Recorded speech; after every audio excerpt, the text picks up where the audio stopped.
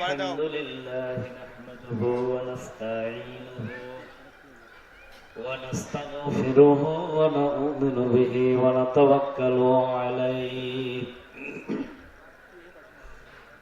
ونعوذ بالله من شرور أنفسنا ومن سيئات أعمالنا من يهده الله فلا مضل له ومن يضلله فلا هادي له أشهد أن لا إله إلا الله وحده لا شريك له وأشهد أن سيدنا ومولانا ومحبوبنا ومرشدنا محمدا عبده ورسوله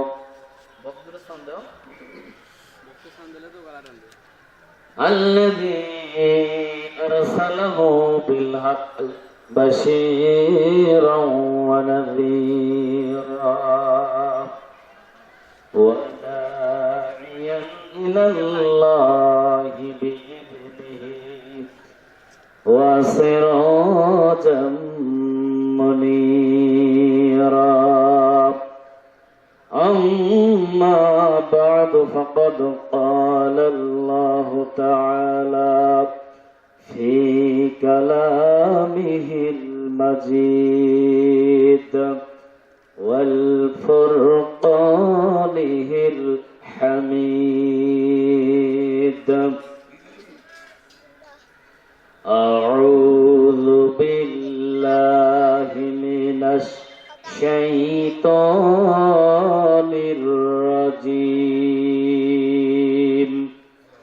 بسم الله الرحمن الرحيم سبحان الذي أسرى بعبده ليلا من المسجد الحرام إلى المسجد الأقصى الذي باركنا حوله لنريه من آياتنا إنه هو السميع البصير وقال تعالى في شان حبيبه آية إن الله وملائكته يصلون على النبي يا أيها الذين آمنوا صلوا عليه وسلموا تسليما সবাই একটু মহব্বতান পড়ি আল্লাহুম্মা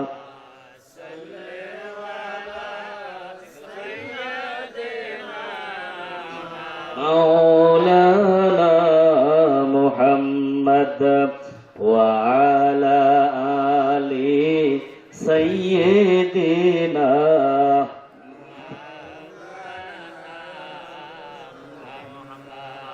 মিলাদ শরীফ এই দরুদ শরীফ পড়তে কারো আপত্তি আছে নাকি? না পড়া পার্টি আছেন নাকি এখানে? এটা কিন্তু মিলাদ না, এটা দরুদ।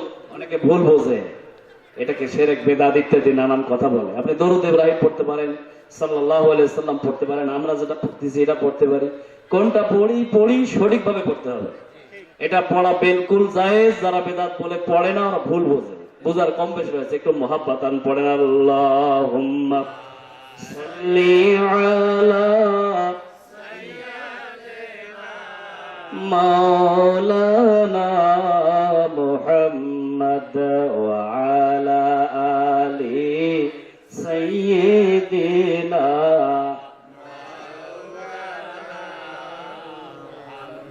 মাটির দেশে বাড়ি আমার, মাটির দেশে ঘর,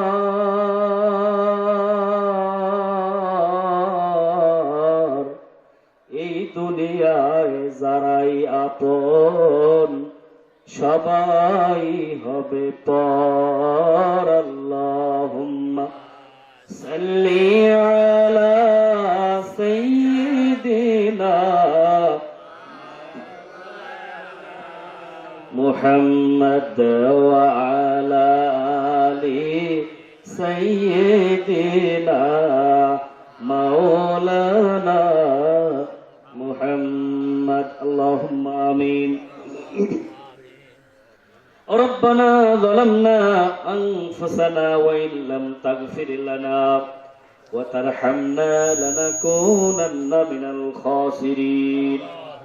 আয় রব্বুল আলামিন, আমরা তোমার কিছু গুনাহগার বান্দা সবে মেরাজে আয় আল্লাহ তাআলা একটা মাহফিলে বসে তোমার হাবিবের শানে কয়েকবার দরুদ ও সালাম পেশ করেছি। আয় আল্লাহ তাআলা এর যা হবে লক্ষ কোটি মর্তবা বাড়াইয়া দিয়া সর্বপ্রথম সোনার মদিনায় নবী পাকের রওজা মোবারকে পৌঁছায়া দাও। তামাম পৃথিবীর মাটির নিচে যত মুমিন মুমিনাত ঈমান নামক দৌলত নিয়ে কবর জগতে শায়িত সবাইরে আরোহ পরে সব নজরানা পৌঁছায়া দাও।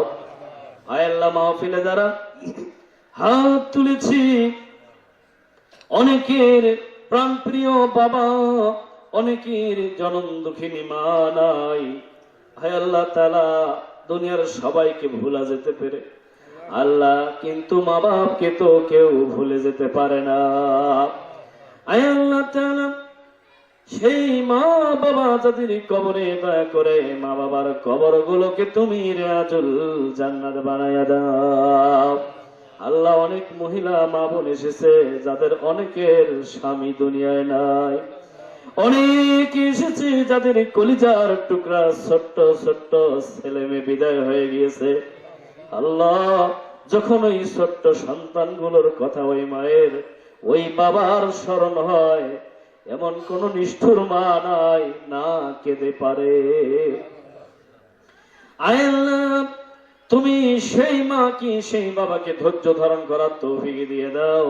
কিয়ামতের দিন ওই সন্তানগুলো যাতে সুপারিশ করে মা বাবাকে জান্নাতে নিয়ে যায়, এমন ব্যবস্থা তুমি করে দিও। রব্বিরহামহুমা কামা রব্বায়ানি সগীরা। আয় আল্লাহ, চেয়ারম্যান মহোদয় গুরুত্বপূর্ণ কথা বললেন। আয় আল্লাহ, তিনি অসুস্থ, দোয়া চেয়েছেন, আমরা দোয়া করি তুমি তাকে আল্লাহ তোমার পথের একজন পথিক বানায় দাও, হায়াতে তৈয়বা দান করে দাও, ইসলামের বিভিন্ন ধরনের উন্নয়নমুখী কর্মকাণ্ড করার তৌফিক দিয়ে দাও। মাইকের আওয়াজ যত দূর যায়, যত কবরবাসী রয়েছে, দয়া করে প্রত্যেকের রুহে রুহে তুমি সব নজরানা পৌঁছে দাও। সুবহান রাব্বিকা রব্বিল ইজ্জাতি আম্মা ইয়াসিফুন وسلام على المرسلين والحمد لله رب العالمين آمين واجعل آخر كلامنا عند الموت لا إله إلا الله محمد رسول الله صلى الله عليه وسلم।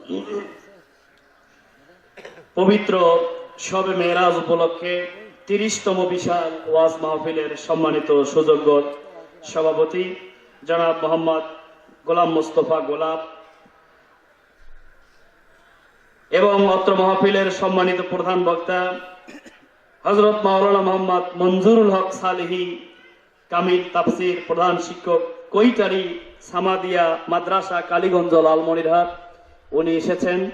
মাহফিলে উপস্থিত রয়েছেন অন্যান্য বক্তাবৃন্দ, আমার পূর্বে যেনারা বক্তব্য রেখেছেন, আমার সামনে উপবিষ্ট মুসলমান ভাইয়েরা, পর্দার আড়ালের মা এবং বোনেরা, আসুন সবাই মিলে আল্লাহ রাব্বুল আলামিনের দরবারে একবার শুকরিয়া আদায় করি, যিনি আমাদেরকে সুস্থ রেখে, হাসপাতালে না রেখে, দুনিয়াবি কর্মকাণ্ডে না রেখে আজকের এক মহিমান্বিত রাত্রে কিছু কোরআন হাদিসের কথা শোনার জন্য বেহেশতের বাগানে বসার সুযোগ করে দিয়েছেন। আপনারা খুশি না নারাজ?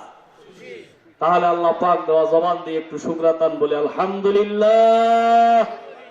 ভাই, আমরা কে কেমন সুস্থ আছি জানেন? কিন্তু আমরা জানি না, বুঝি না যে আমরা সুস্থ আছি। যদিও বা আমাদের সকলের কম বেশ কিছু রোগ শোক রয়েছে, তারপরে আমরা সুস্থ। কারণ আপনি একটু হাসপাতালে গিয়ে একদিন এমনিতেই একটা পাক দিয়ে ঘুরে আসবেন, দেখবেন আপনি কত সুস্থ আছেন। কত মানুষের চোখ আছে, চোখে দেখে না। কত মানুষের মাথা আছে, মাথা কাজ করে না। পা আছে, চলতে পারে না। হাত আছে, ব্যবহার করতে পারে না। কত মানুষ কান আছে, শুনতে পায় না। পেট আছে, খাইতে পারে না। আমরা তো তাদের চেয়ে ভালো আছি, কি বলে? এই কারণে সব সময় শুকরিয়া আদায় করব কার? আমি প্রায় সব জায়গায় প্রায় কথাটা বলি, আমরা সুখে দুঃখে যে কোনো অবস্থায় থাকি না কেন সব সময় শুকরিয়া আদায় করব কার? আমি বলি, আপনার জ্বর হয়েছে, তাও যদি কেউ জিজ্ঞাসা করে কেমন আছেন, বলবেন আলহামদুলিল্লাহ ভালো আছে। কারণ আপনি দেখেন মানুষ কত বড় বড় রোগে ভুগছে। আপনার তো জ্বর সর্দি কাশ হয়েছে, মানুষের করোনা, মানুষের বড় বড় রোগ হয়ে মানুষ ক্যান্সার হয়ে মারা যাচ্ছে। তোমার তো সাধারণ জ্বর সর্দি। এই কারণে বলবো আলহামদুলিল্লাহ। আমাদের বাড়ি কারো যদি চুরি হয়, অনেক ছাগল গরু মহিষ যদি স্বর্ণ টাকা পয়সা চুরি করে নিয়ে যায়, তা যদি কেউ জিজ্ঞেস করে ভাই কেমন আছেন, সকালবেলা বলতে হবে আলহামদুলিল্লাহ ভালো আছি। কারণ আমার না হয় সম্পদ গুলো নিয়ে গেছে, আমি তো আছি, আল্লাহ দেয়, আল্লাহ আমাকে আরো অনেক সম্পদ দিবে। এই কারণে আলহামদুলিল্লাহ ভালো আছে। আমার বন্ধুগণ, শুধু তাই নয়, যতক্ষণ বসে থাকবেন একটু মনোযোগ দিয়ে কয়েকটি কথা শুনে দেন। যদি আপনার অ্যাক্সিডেন্টে একটা হাত ভেঙে যায়, আপনি যদি খোড়া হয়ে যান, তারপরেও আপনাকে কোনো বন্ধু যদি দেখতে আসে আর বলে বন্ধু কেমন আছো, আপনি বলবেন আলহামদুলিল্লাহ ভালো আছি। কারণ হলো আপনি আপনার বন্ধুকে বুঝাবেন যে দেখো, মানুষ অ্যাক্সিডেন্টে মারা যায়, আমি তো মারা যাই নাই, শুধু পাটা না হয় ভেঙে গিয়েছে, হাতটা না হয় ভেঙে গিয়েছে, আমি তো মারা যাই নাই, এখনো জীবিত আছি। এই কারণে আলহামদুলিল্লাহ আমি ভালো আছি। এই ওয়াজের শিক্ষাটা নিয়ে যাবেন ভাই। আপনি গোস্ত দিয়ে মাংস বলবেন না ভাই, মাংস কিন্তু বলা যায় না, জানেন মাংস মানে কি? মাংস এটা হিন্দুদের ভাষা। মাংস অর্থাৎ মা এর অংশ। গরু হলো হিন্দুদের মা, তারা পূজা করে। আর মাংস মানে গরুর অংশ, মানে গরুর গোস্ত। এই কারণে তারা মাংস বলে, এই কারণে তারা গরুর গোস্ত খায় না মায়ের অংশ হিসেবে। আমরা মুসলমানেরা এটার অর্থ বুঝে মাংস বলবো না, না বুঝাতে বলি সেটা ভিন্ন কথা। আমরা বলবো গ্রাম বাংলার গোস্ত, এটাই যথেষ্ট। আমার বন্ধুগণ, আপনি গোস্ত দিয়ে খাইতে পাইলেন না, মাছ খাইতে পারলেন না, ভালো খাবার পাইলেন না, কোরমা পোলাও ফালুদা ফিরিনি সেমাই উন্নত মানের খাবার পাইলেন না, তাতে কি হয়েছে? আপনি লবণ ভাত যদি পান, তাই খেয়ে বলেন আলহামদুলিল্লাহ। একটু ভেবে দেখেন, আপনার পাশেই এমন কিছু লোক আছে যেই লোকগুলোর ফ্রিজে খাবারের কোনো অভাব নাই, কিন্তু ডাক্তার বলেছে তোমার খাওয়া যাবে না। এই কারণে ভাই, আমি তো খাইলাম চারটা, আলহামদুলিল্লাহ। কত লোক এক প্লেট খাবারের জন্য মানুষের দ্বারে দ্বারে এখনো ঘুরে বেড়ায়। সকালবেলা খায়, রাত্রে কি খাবে সেই চাল তার ভান্ডে থাকে না। মানুষের বাড়িতে কামলা না দেওয়া পর্যন্ত তার চাল কেনা হয় না, এমন লোক আছে না? নয়। আপনি তো খাইলেন চারটে ভাই, এই কারণে যা তরকারি হয় হোক, লবণ ভাত খেয়ে আলহামদুলিল্লাহ। তাহলে আজকে আমরা এই শিক্ষাটা নিয়ে যাব যে আমরা সুখে দুঃখে, সুস্থতা অসুস্থতা, অভাব অনটন, অ্যাক্সিডেন্ট, ভালো মন্দ, সব সময় শুকরিয়া আদায় করব কার? দরুদ ও সালাম সেই মহান মানবতার মুক্তির দিশারি রহমতুল লিল আলামিন নবী, যিনি মদিনা মুনাওয়ারায় শুয়ে রয়েছেন। তিনি মদিনা মুনাওয়ারায় ঘুমিয়ে আছেন না শুয়ে আছেন? বলেন, শুয়ে আছেন, ঘুমিয়ে নেন। রাসূল পাক সাল্লাল্লাহু আলাইহি সাল্লাম কবরে একটা মানুষ আমরা যেরকম জীবিত, এরকম তিনি জিন্দা। বলি সুবহানাল্লাহ। আল্লাহ রাসূলকে যদি কেউ রওজা পাকের পাশে গিয়ে সালাম দেয়, আল্লাহ রাসূল রওজা পাকের ভেতর থেকে সালামের জবাবটা দিয়ে দেন। বলি সুবহানাল্লাহ।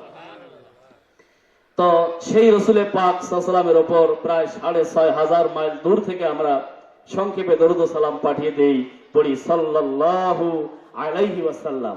সম্মানিত উপস্থিতি, আমি আজকে যে উদ্দেশ্য ওয়াজ মাহফিল, এই উদ্দেশ্যে কিছু কথা বলতে চাই। অর্থাৎ আজকের রজনীটা কিসের রজনী? সবে মেরাজ। সব মানে রাত্রি, মেরাজ মানে হলো এই দুনিয়া থেকে উপরে উঠার যন্ত্র, মেশিন, বাহন। অর্থাৎ আল্লাহর রসুল এই দুনিয়া থেকে সাত আসমান পাড়ি দিয়ে আল্লাহ পাকের সঙ্গে দিদার করেছেন, সেই ঘটনাটাই হলো সবে মেরাজ। এই তো তা আপনারা এই ঘটনা সবাই কম বেশ জানেন, সবাই আমরা জানি মুসলমান হিসেবে। আমি সেই দিকে লক্ষ্য করে কিছু কথা তুলে ধরবো ইনশাআল্লাহ। যেহেতু আজকের আলোচনাটা সবে মেরাজ সম্পর্কে, কিছু যদি সবে মেরাজের আলোচনা নাই হয় তাহলে বেমানান হয়ে যায়। এখানে তাফসির মাহফিল লেখা হয় নাই, এখানে সবে কদর লেখা হয় নাই, সবে বরাত লেখা হয় নাই। সবে মেরাজ যেহেতু বলা হয়েছে, মেরাজের কিছু না কিছু ধারণা আমাদের নেওয়া দরকার আছে কি নাই? অন্য জায়গায় অন্য বিষয় আলোচনা হয়, ইনশাল্লাহ করা হয়, করি, কিন্তু আজকের আলোচনার বিষয়টাই হলো আমার আজকে মেরাজ। শুনতে রাজি আছেন তো? কারা কারা রাজি নাই দুই হাত তুলে দেখান তো।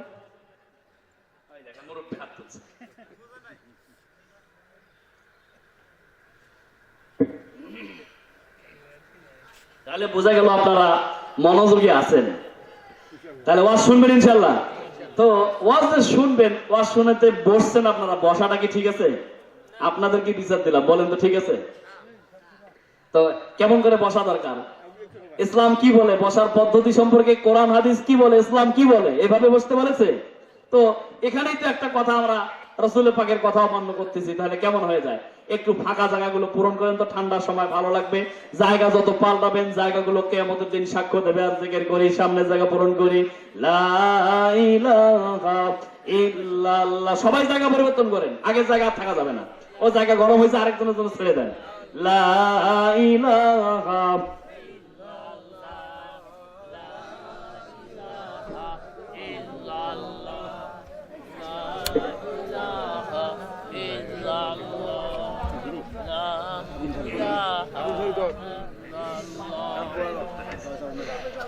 লা ইলাহা ইল্লাল্লাহ, লা ইলাহা ইল্লাল্লাহ, লা ইলাহা ইল্লাল্লাহ, মুহাম্মাদুর রাসূলুল্লাহ সাল্লাল্লাহু আলাইহি ওয়াসাল্লাম। বুঝলাম না আপনাদের বিষয়টা। আসলে এটা হলো কিছু, যেই লাউ সেই কদুই থাকলো না। ঠিক আছে, আমরা মূল আলোচনায় চলে যাব। ভূমিকায় বেশি সময় নষ্ট করব না। আমি বলছিলাম আলোচনা করব মেরাজ সম্পর্কে। আল্লাহ রাসূল সাল্লাল্লাহু আলাইহি সাল্লাম তার জীবনে আল্লাহ পাক অসংখ্য মুজিজা দিয়েছিলেন, অনেক মুজিজা, যেটা অন্য কোন নবীকে এত মুজিজা আল্লাহ পাক দেন নাই। আমাদের নবীকে যতগুলো দেওয়া হয়েছে, আল্লাহ পাক দেওয়া যত মুজিজা, তার মধ্যে প্রথম কাতারের বড় বড় যত মুজিজা, তার মধ্যে অন্যতম একটা মুজিজা হলো এই মেরাজ। বলি সুবহানাল্লাহ। এই পৃথিবীতে যত নবী রাসূল এসেছিল, কোন নবী রাসূলের ভাগ্যে এই মেরাজ জোটে নাই যেটা আমাদের নবীর ভাগ্যে জুটেছে। বলি সুবহানাল্লাহ। আমাদের নবী হলো সাহিবুল মেরাজ, মেরাজের অধিকারী, আর কেউ এটা সম্ভব হয় নাই।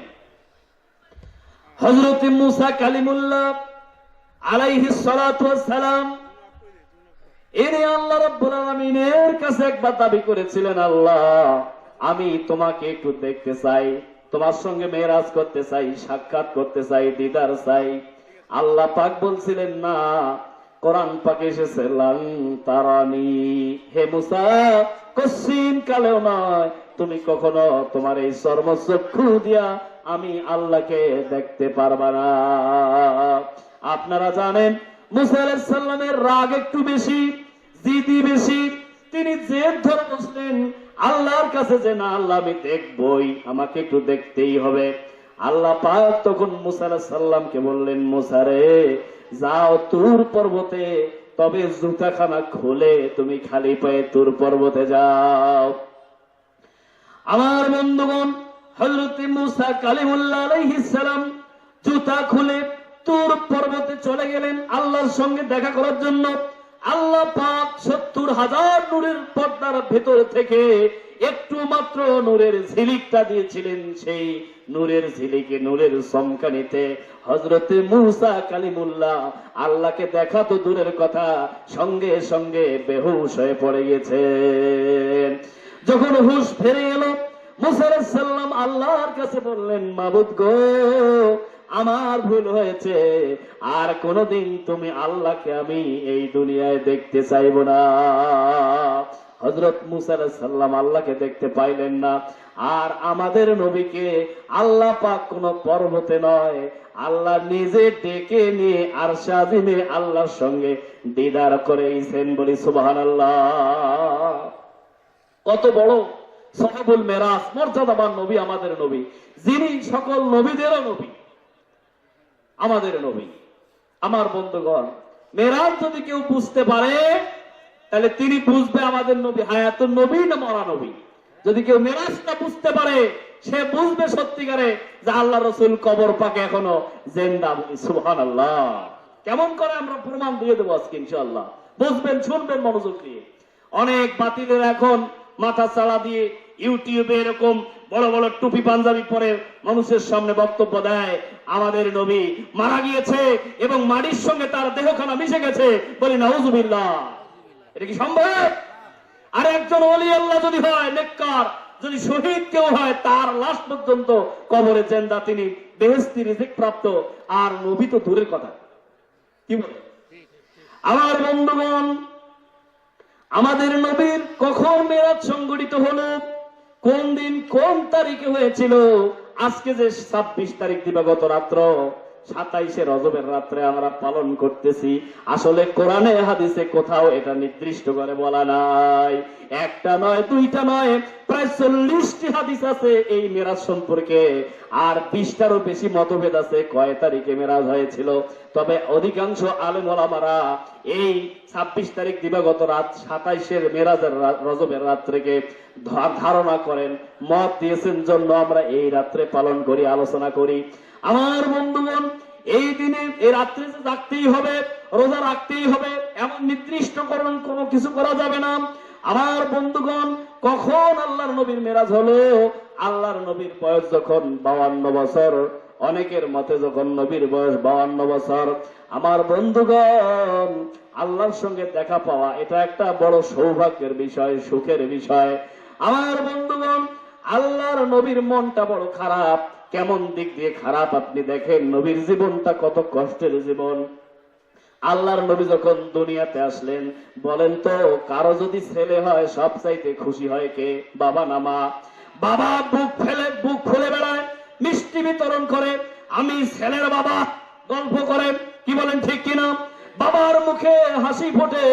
কিন্তু দয়াল নবীর জন্ম হয়েছে, বাবা দুনিয়াতে নাই, কে আনন্দ উৎসব করবে?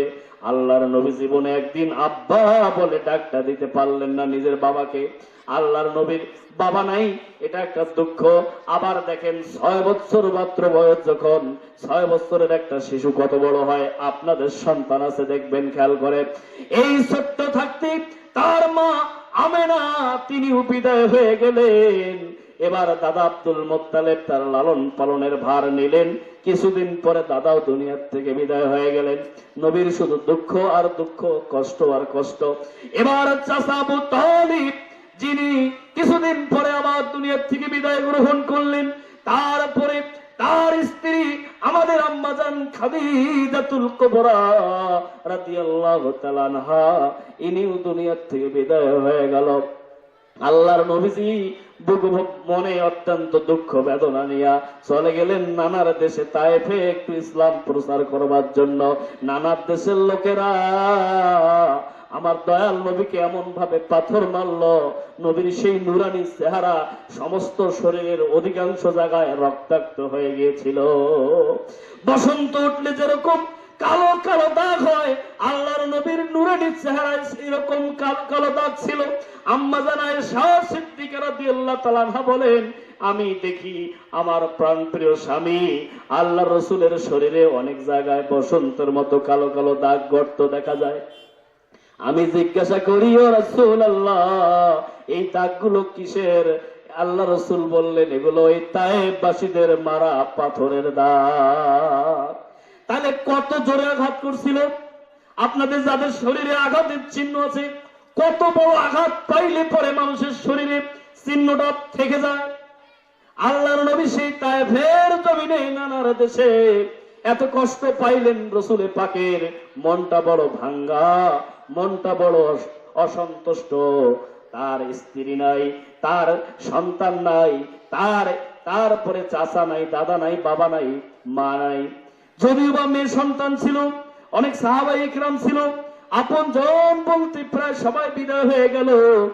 এমনই সময় আল্লাহ পাক আল্লাহর হাবিবকে একটু সান্ত্বনা দেওয়ার জন্য আল্লাহ পাক তার কাছে বন্ধুকে টেনে নিলেন। বলি সুবহানাল্লাহ। আল্লাহর নবী কাবা ঘরের পাশে উত্তর দিকে কাবায়ে হাতিম, এই জায়গার মধ্যে শুয়ে আছেন। জিবরাইল আমিন কিছু ফেরেশতা মণ্ডলীকে নিয়ে আল্লাহর নবীর কাছে হাজির হলেন। আল্লাহর নবীর হাদিস আছে, আমরা যেমন ঘুমাই আর নবীর ঘুমা এক নয়। নবী বলেন, আমি যখন ঘুমাই আমার চোখ দুটো বন্ধ থাকলেও আমার কলব কখনো ঘুম পারে না, জাগ্রত থাকে। বলি সুবহানাল্লাহ। জিবরাইল আমিন এসে আল্লাহর নবীকে ডাক দিয়ে বললেন না, জিয়া মুহাম্মদ ওঠেন, ইয়া রাসূলুল্লাহ ওঠেন। এইরকম কোন ডাক দিয়ে তিনি তুলতে সাহস পাইলেন না, বরং এক বর্ণনা আসছে তিনি জিবরাইল আমিন ফেরেশতা হওয়ার পরেও তার জিহবা মোবারক দিয়া আমাদের দয়াল নবীর পায়ের তালুতে স্পর্শ শুরু করে দিলেন। সেই স্পর্শতার কারণে আল্লাহর নবী জাগ্রত হলেন। দয়াল নবীকে বললেন, ওঠেন, আজকে মেরাজ করতে হবে, আর সাজিমে যেতে হবে। আল্লাহ ডাক দিয়েছেন, আল্লাহ আপনাকে আজকে মেহমান করে তার কাছে নিয়ে যাবেন, চলেন উজু করে নেন। উজু করে নিলেন, আল্লাহর নবীজির বুকটা ফাটাইলেন। আল্লাহর নবীজির বুকের উপর থেকে একেবারে নাভি পর্যন্ত চিরে দুই ভাগ করে দিলেন। আল্লাহর নবীজির বুক দুইটা ফেলে দিয়া কলিজা বের করলেন, হৃৎপিণ্ড বের করলেন। হৃৎপিণ্ড বের করে ফেরেশতা মণ্ডলীরা ধুয়ে মুছে সাফ করলেন। সিনা সাক বলা হয়। নবীজির 63 বছর এই দুনিয়ার জিন্দেগিতে একবার নয়, দুইবার নয়, 4 বার সিনা সাক করা হয়েছিল। মেরাজের রাত্রে একবার সাক করা হলো কেন? ওই যে 7 আসমান পাড়ি দিতে হবে। ভাইরা, এখন বিজ্ঞানীরা বলেছে 7 আসমান পাড়ি দেওয়া কোনো মানুষের পক্ষে সম্ভব নয়। কারণ হলো এই মহাশূন্য, আপনি উপরের দিকে তাকান শুধু ফাঁকা দেখা যায়, তারপরে আছে পানির স্তর, বরফের স্তর, তারপরে সীসা, তারপরে প্রাকৃতিক গ্যাস, আগুন, এইরকম করে অনেকগুলো শক্তিশালী স্তর রয়েছে যেগুলো কোনো মানুষ ভেদ করে যাওয়া সম্ভব নয়, পুড়িয়ে ছারখার হয়ে যাবে। কিন্তু দয়াল নবী যাবেন কি করলে, হৃৎপিণ্ডটাকে কেমন করে ধৌত করলে তিনি যাইতে পারবেন, তেমন উপযুক্ত করে ধৌত করা হলো। আল্লাহর নবী আল্লাহর কাছে গেলেন, কোনো সমস্যা হয় নাই। বলি সুবহানাল্লাহ। তারপরে বুক আগের মতো করে দিলেন। এবার রাসূল পাক সাল্লাল্লাহু আলাইহি সাল্লাম বুরাক নামক একটা বাহন, ওই বাহনে উঠে চলে গেলেন সেই মক্কা শরীফ থেকে। ওই 1 মাস লাগে ব্যবসায়ীদের উঠে দুম্বায়, তারপরে ঘোড়ায় যাইতে। সেই 1 মাসের পথটা রাসূল পাক মুহূর্তের মধ্যে ওই বাইতুল মুকাদ্দাসে গিয়ে পৌঁছলেন। বলি সুবহানাল্লাহ। ফিলিস্তিনে বাইতুল মুকাদ্দাস, মসজিদ আকসা, যেটা ইহুদিরা এখন দখল করে নিয়েছে, যেই মসজিদ এখন মুসলমানেরা নামাজ পড়লে মুসলমানদেরকে স্বাধীনভাবে নামাজ পড়তে দেওয়া হয় না, অনেক নির্যাতন করা হয়। এই ফিলিস্তিন আল্লাহ রসুল মুহূর্তের মধ্যে চলে গেলেন। আমার বন্ধুগণ, আল্লাহর নবী ফিলিস্তিনের বাইতুল মুকাদ্দাসে গিয়ে দেখলেন ওখানে 1 জন নয়, 2 জন নয়, আদম আলাইহিস সালাম থেকে নিয়ে শুরু করে যত নবী রাসূল, সব নবী রাসূল ওই মসজিদে আকসার ভিতরে উপস্থিত হয়ে আছে। বলি সুবহানাল্লাহ। আল্লাহর নবীজি সমস্ত নবীদেরকে দেখলেন সেই জায়গায়। এবার বুখারীর বর্ণনা, নামাজ পড়তে হবে 2 রাকাত, ইমামতি করবে কে? সবাই দাঁড়িয়ে গেছে, সকল নবী রাসূল। সামনে যাইবে কে? ইমামতি করবে কে? কেউ সামনে যাচ্ছে না। জিবরাইল আমিন বলছেন, ও গো আল্লাহর রাসূল, আজকে কোন নবী আজকে সামনে গিয়ে ইমামতি করতে পারবে না, সমস্ত নবীদের ইমাম হবেন আপনি, আপনি হলেন ইমামুল আম্বিয়া। বলি সুবহানাল্লাহ। আমাদের নবী সেই দিন ডিগ্রি পেলেন ইমামুল আম্বিয়া, ইমামুল মুরসালিন, সকল নবী রাসূলদের নেতা। আমার বন্ধুগণ, নবীর ইমামতিতে সকল নবী রাসূল নামাজ আদায় করলেন। নামাজ শেষ করার পরে আল্লাহর নবীজি ওই বোরাকে উঠে প্রথম আকাশে চলে গেলেন। প্রথম আকাশে গিয়ে দেখলেন যে আদম আলাইহিস সালাম এখানে মুসল্লি হয়ে নামাজ পড়লেন, ওই আদম আলাইহিস সালাম প্রথম আকাশে গিয়ে হাজির। বলি সুবহানাল্লাহ। ভাই, কেমনে সম্ভব? এখানে মুসল্লি তিনি, আল্লাহর নবী গেলেন বোরাকে, আর এই আদম আলাইহিস সালাম কাতে গেলেন? নবীর আগে কি সেখানে হাজির হলেন? আমার বন্ধুগণ, এগুলো নিয়ে আমরা তো চিন্তাও করি না। নবীরা মৃত্যুর পরেও দেখেন কি খেলা খেলতেছে। মৃত্যুর পরেও তারা দেখেন কবর থেকে একবার তারা বাইতুল মুকাদ্দাসে, সেখান থেকে আবার আসমানে, তারপরে আল্লাহর নবী মেরাজের রাত্রে মুসা আলাইহিস সালামকে দেখলেন সেজদায় নামাজ পড়া অবস্থায় কবরে, বাইতুল মুকাদ্দাসে দেখলেন, আবার পঞ্চম আকাশে গিয়ে দেখলেন। মৃত্যুর পরে নবীরা কে কোথায় কখন আল্লাহ পাক নিয়ে যায় ঠিক ঠিকানা নাই। আর আমাদের দয়াল নবী নাকি মৃত্যুর পরে মাটির সঙ্গে মিশে গেছে, বলেন নাউযুবিল্লাহ। আমার বন্ধুগণ, আল্লাহ নবীর আগে যত নবী রাসূল দুনিয়ায় আসছিলেন, সকল নবী রাসূলকে আল্লাহ পাক যদি সেই বাইতুল মুকাদ্দাসে উপস্থিত করাইতে পারেন, আমাদের নবী ইন্তেকালের পরেও রুহানি সুরতে যে কোনো জায়গায় আল্লাহ পাক উপস্থিত করাইতে পারেন কি পারেন না? পারেন। বিশ্বাস আছে? এ জগৎ অন্য জগৎ। আমার বন্ধুগণ, প্রথম আকাশে গিয়ে হযরত আদম আলাইহিস সালাতু ওয়াস সালামের সঙ্গে সাক্ষাৎ হয়ে গেল। সালাম কালাম করলেন, কুশল বিনিময় করলেন, যা হবার হলো। দ্বিতীয় আসমানে চলে গেলেন, সেখানে গিয়া হযরত ঈসা, হযরত ইয়াহইয়া আলাইহিস সালাম দুইজন নবীর সাক্ষাৎ হলো। যে ঈসা আর ইয়াহইয়া দুইজন হলেন খালাতো ভাই নবী। যেই ঈসা এবং ইয়াহইয়া যত নবী রাসূল দুনিয়াতে এসেছিল, কোন নবী রাসূল সবাই বিবাহ করেছিলেন, কিন্তু দুইজন নবী বিবাহ করতে পারেন নাই। একজন হলেন ঈসা আর একজন হলেন হযরত ইয়াহইয়া আলাইহিস সালাম। ঈসা আলাইহিস সালাম বিবাহ করার আগেই তার জাতির লোকেরা তাকে যখন হত্যার জন্য তার বাড়িতে ঘেরাও করেছিল, আল্লাহ পাক তাকে আকাশের মধ্যে তুলে নিয়েছেন। তিনি এখনো জিন্দা আছেন। তিনি শেষ জামানায় দুনিয়াতে আসবেন, তিনি বিবাহ করবেন, সারা পৃথিবী শাসন করবেন, তারপরে ইন্তেকাল করবেন। আল্লাহর নবীর কবরের পাশে এক পাশে আছে হযরতে ওমর, হযরত আবু বকর, আর এক পাশে একটু ফাঁকা জায়গা আছে, ওখানে হযরতে ঈসা আলাইহিস সালামের কবর হবে। বলি সুবহানাল্লাহ। আমার বন্ধুগণ, আর হযরত ইয়াহইয়া আলাইহিস সালাম এনাকেও বিবাহ করতে পারে নাই, তার আগে আল্লাহ নবুয়ত দিয়েছিলেন। এই নবীকে জাতির লোকেরা হত্যা করেছিল। কেমন করে হত্যা করলো? বিভিন্ন রিওয়ায়াত আসছে। এক রিওয়ায়াত হলো, আমার বন্ধুগণ, একজন তালাকপ্রাপ্ত মহিলার, সমাজের সবচাইতে বদমাইশ, অনেক অর্থ সম্পদ, একজন এমন খারাপ, এই খারাপ লোকটা তাকে বিবাহ করলো, দ্বিতীয় বিবাহ করলো। ওই মহিলার একটা মেয়ে ছিল। বিবাহের পরে মেয়েটা মায়ের কাছে যাতায়াত করে, আসে যায়, উঠা বসা করে। আমার বন্ধুগণ, কিন্তু এই কুচক্রী খারাপ লোকটা প্রস্তাব দিল তার স্ত্রীকে যে আমি আরেকটা বিবাহ করব। এখন স্ত্রী ভাবতেছে, আরে এই এত বড় সংসার যদি আরেকটা স্ত্রী গ্রহণ করে, আমার তো সংসার দুই ভাগ হয়ে যাবে। এবার স্বামী একদিন বলতে বলতে বলল যে আমি অন্য কোন মহিলাকে নয়, তোমার যে আগের মেয়ে আছে সেই মেয়েটাকে বিবাহ করতে চাই। স্ত্রী তুমি কি বলো? স্ত্রী এবার ভাবতেছে, আরে আমার মেয়েকে যদি আমি সতীন বানাইতে পারি, এই গোটা সংসারটা আমাদের মা আর মেয়ের হবে। আর যদি আমার মেয়েকে বাদ দিয়ে আমার স্বামী আরেকটা বিবাহ করে, সংসার দুই ভাগ হয়ে যাবে। কত বড় খারাপ মা! মা নিজের মেয়েকে সম্পদের লোভে সতীন বানাইতে রাজি হলো। এই মা রাজি, কিন্তু শরীয়তে, তখনকার শরীয়তে এটা জায়েজ নাই। এখনো সমাজের লোক প্রকাশ্যে কোনো অপরাধ করলে আমরা কি এটার বাধা দেই কি দেই না? সেই সময় বাধা দেওয়ার লোক ছিল হযরত ইয়াহইয়া আলাইহিস সালাম। ইয়াহইয়া আলাইহিস সালামের কাছে ফতোয়া নেওয়ার জন্য ইনি গেলেন। কিছু সেলা সামুন্ডা পাঠাই দিল, যা ঈসা নবীর কাছে শুনে এটা জায়েজ আছে না নাই। ঈসা নবী পরিষ্কার বলে দিলেন যে না, এটা কখনো জায়েজ নাই, মা এবং মেয়ে একসঙ্গে সতীন হতে পারবে না। আমার বন্ধুগণ, যখন রাজি হলো না, বড় আকারে একটা সাল্লিশ ডাকা হলো। সেই সাল্লিশে ইহা আলাইহিস সালামকে ডাকা হলো বিচার করার জন্য। ইহা আলাইহিস সালাম কোন ক্রমে এই শয়তানের পক্ষে রায় দিতে রাজি হলো না। তিনি স্পষ্ট ভাবে বললেন যে না না না, এটা জায়েজ নাই। এনাকে জায়েজ ফতোয়া দেওয়ার জন্য অনেক চাপ দেওয়া হয়েছিল, তিনি মানেন নাই। যখন মানতেছেন না গো, পিছন দিক থেকে ইহা আলাইহিস সালাম দেখতে পান নাই, পিছন দিক থেকে এই খারাপ লোকটার যারা সালাসা মুন্ডা, তারা কিছু অস্ত্র নিয়া হযরত ইহা আলাইহিস সালামের এক চোটে মাথা থেকে কল্লাটা আলাদা করে দিয়েছিল। বলি নাউজুবিল্লাহ। আর বাধা দেওয়ার কোন লোক নাই।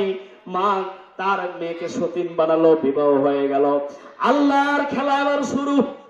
কিছুদিনের মধ্যেই সংসার বেশি দিন করতে পারে নাই, যেই সম্পদের লোভে তাকে বিবাহ করলো এবং মা তার মেয়েকে সতীন বানাইলো, সব সম্পদ ভোগ করবে এই জন্য নিয়ম করলো। আল্লাহর খেলা শুরু হয়ে গেল। ওই বাড়িঘর সুন্দর করতে গিয়ে ছাদে চললো একদিন মই দিয়ে দুইজন মা আর মেয়ে। আল্লাহর কি খেলা! ওই মই চড়তে গিয়া মাও মই থেকে পড়ে মারা গিয়েছে, ওই মেয়েটাও মই থেকে ছাদ থেকে পড়ে সেদিনই মারা গিয়েছে। বলি নাউজুবিল্লাহ।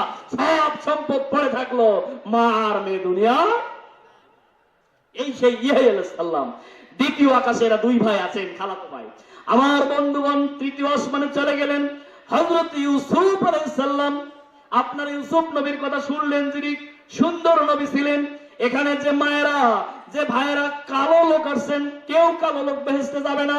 হাদিসে আছে, আল্লাহর নবী যখন বললেন কোন কালো নারী পুরুষ বেহেশতে যাবে না, কালো কালো নারী পুরুষেরা ক্রন্দন শুরু করে দিল।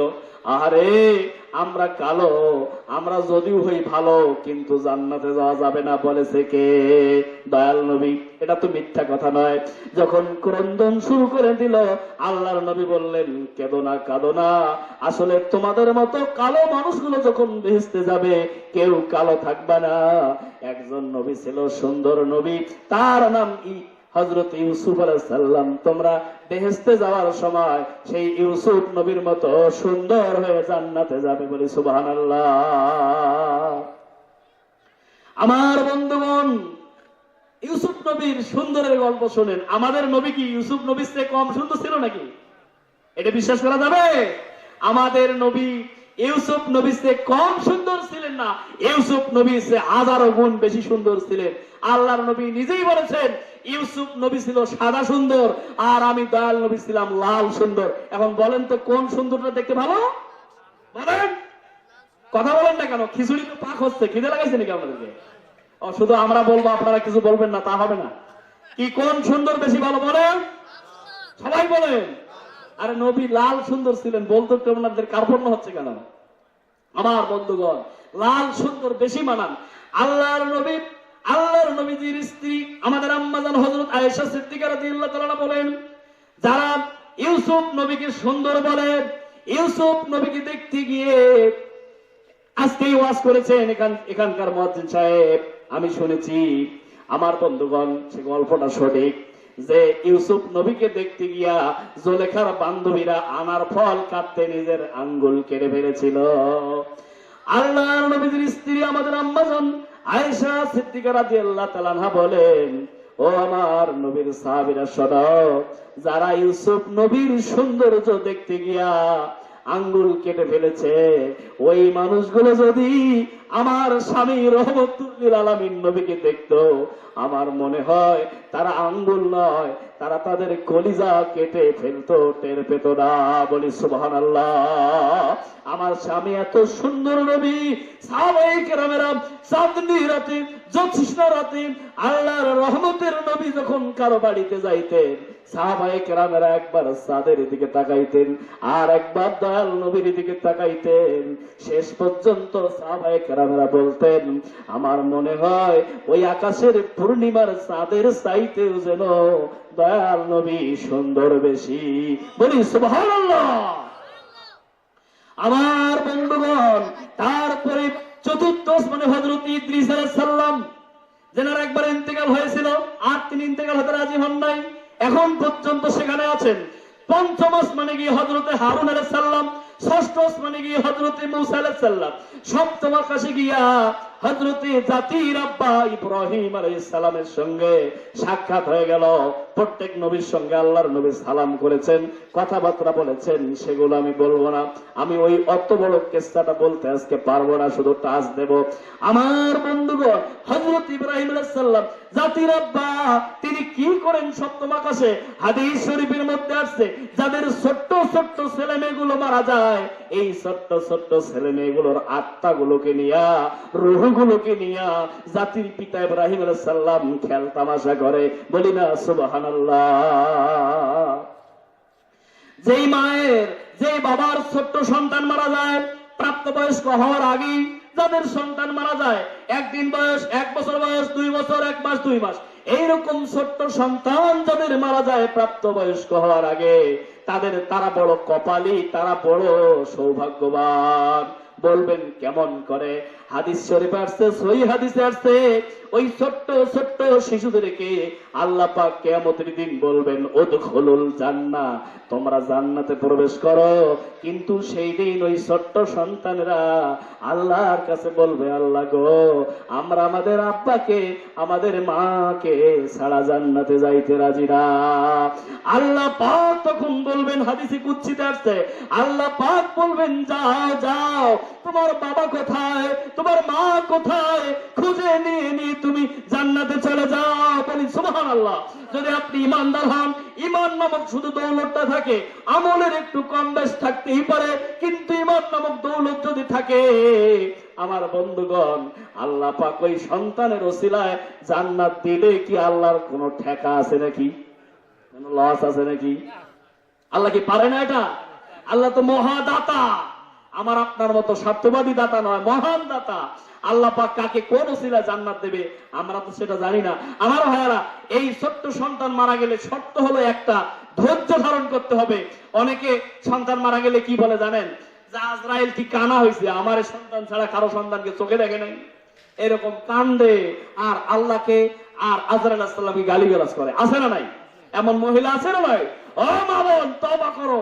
সন্তান মারা গেলে খবরদার তুমি এরকম আল্লাহকে গালিগালাজ করিও না, আল্লাহকে দোষ দিও না, আজরাইল আলাইহিস সালামকে দোষ দিও না। তুমি ধৈর্য ধারণ করো, তুমি বলো যে আল্লাহর মাল আল্লাহ নিছে, আমার কি?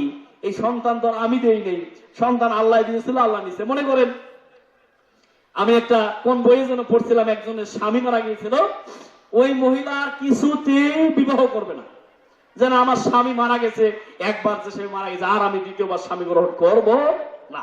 অথচ বয়স থাকলে যার স্বামী মারা যাবে, যদি মা হয় ছেলেরা বিবাহের ব্যবস্থা করবে, বোন হয় ভাইয়েরা ব্যবস্থা করবে, বাবা হলে মেয়ের বিবাহের বন্দোবস্ত করবে, করা দরকার উচিত। তা না হলে একদিন ফেতনা ফাসাদ হতে পারে। এই কারণে দেখবেন প্রত্যেক সমাজে আমাদের বিধবা নারী আছে, তাদের যদি বয়স থাকে আপনি লজ্জা করে শরম বাদ দিয়ে তাদের বিবাহের ব্যবস্থা আপনি করে দিবেন, যে কোনো কলা কৌশল হলেও করে দিবেন, এটা অনেক পুণ্যের কাজ। আমার বন্ধুগণ, এই মহিলা কিছুতেই কেউ বুঝাইতে পারে না যে না স্বামী মারা গেছে, আমি আর স্বামী গ্রহণ করব কেন? আল্লাহ নিল, আমার স্বামীকে কেন নিল? আমার বন্ধুগণ, আমি যেটা পড়ছিলাম সেটা কথা বলতে চাইলাম, সেটা হলো তেনাকে সর্বশেষ একজন বুজুর্গ ব্যক্তি বুঝাইলো যে মনে করো তোমাকে একটা স্বর্ণের আংটি কেউ ধার দিল, যে এটা নেও তো একটু, আমি কিছুদিন পর আবার নেব। এই স্বর্ণের আংটিটা তিনি কয়েকদিন ব্যবহার করলেন, বা স্বর্ণের মালা তাকে দেওয়া হলো। 7-8 দিন পরে, 1 মাস 2 মাস পরে আবার যার আংটি যার মালা তিনি এসে বলতেছে যে দাও এখন আংটিটা একটু দাও, আমি রাখছিলাম এখন দিয়ে দাও, অথবা তোমাকে যে মালাটা দিয়েছিলাম তুমি একটু আমাকে মালাটা দাও। ওই বুজুর্গ ওই মহিলাকে বলতেছে তুমি কি তখন আংটিটা দেবে না তাকে? হ্যাঁ দেবো তো, তার আংটি তাকে দেবো না আমি, তার মালা আমি তাকে দেবো না? অবশ্যই দেবো। তখন বুজুর্গ বললেন, মা তুমি একটু বুঝার চেষ্টা করো, এই যে সন্তান আল্লাহ তোমাকে দিয়েছিল, এই সন্তানটা কে দিয়েছিল? আল্লাহ পাক তোমাকে দিয়েছিল। এই সন্তানটা তোমার নয়, আল্লাহ দিয়েছিল। আল্লাহ দিয়েছে, কিছুদিন পর আল্লাহ নিয়েছে, তোমার দ্বিতীয় অবজেকশন কিসে? কি বুঝেন? তখন তিনি ভুল বুঝতে পেরে তখন তিনি দ্বিতীয় বিবাহ করতে রাজি হয়েছেন এবং বিবাহ করেছিলেন। বলি না সুবহানাল্লাহ, একটু দরুদ পড়েন আল্লাহুম্মা, মহব্বতে নবীর শানে সাল্লি আলা।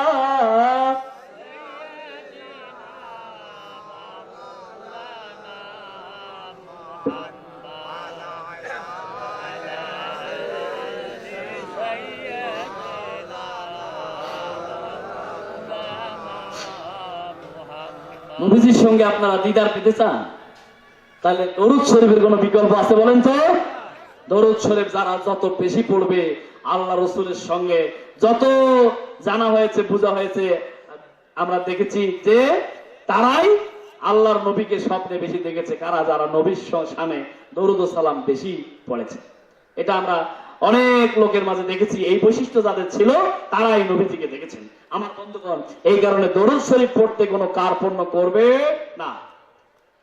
এই যে সম্মিলিত ভাবে আমরা দরুদ পড়ি, কে বেদাত বললো, কে শিরক বললো, আপনাকে উত্তর দেওয়া লাগবে না, আমাদের কাছে নিয়ে আসবেন। কোন কিতাবে এই দরুদ শরীফ পড়া বেদাত? জবাব দিতে গেলে ওর 32টা দাঁত পড়ে যাবে, জবাব দিতে পারবে না। পারবে? পারবে না। আপনারা এই দরুদ পড়বেন, যেটা দরুদ পড়েন সেই দরুদে পড়বেন। আসল টার্গেট হলো মদিনাওয়ালাকে খুশি করা, মদিনাওয়ালাকে পাওয়া। আমার বন্ধুগণ, আমি আলোচনা করছিলাম সপ্তম আকাশে হযরত ইব্রাহিম আলাইহিস সালাম ছোট্ট বাচ্চাদের রূহগুলোর সঙ্গে খেলা করতেন। তারপরে চলে গেলেন আল্লাহর নবী বাইতুল মামুর। বাইতুল মামুর কি? যেই বাইতুল মামুরে প্রত্যেক দিন লক্ষ লক্ষ ফেরেশতা মণ্ডলী ইবাদত করার জন্য প্রবেশ করে। যেই ফেরেশতা মণ্ডলীরা একবারেই ঢুকতে পারে 70,000 জন। 70,000 জন ফেরেশতা একবার যদি ঢুকে কিয়ামত হয়ে যাবে, আর দ্বিতীয়বার ঢোকার কোনো চান্স পাবে না। তাহলে ফেরেশতার সংখ্যা কত? কতগুলো ফেরেশতার সংখ্যা গণনা করে শেষ করা যাবে না। আমার বন্ধুগণ, এবার দয়াল নবী চলে গেলেন সিদরাতুল মুনতাহা। সেটা হলো সৃষ্টি জগতের শেষ সীমানা।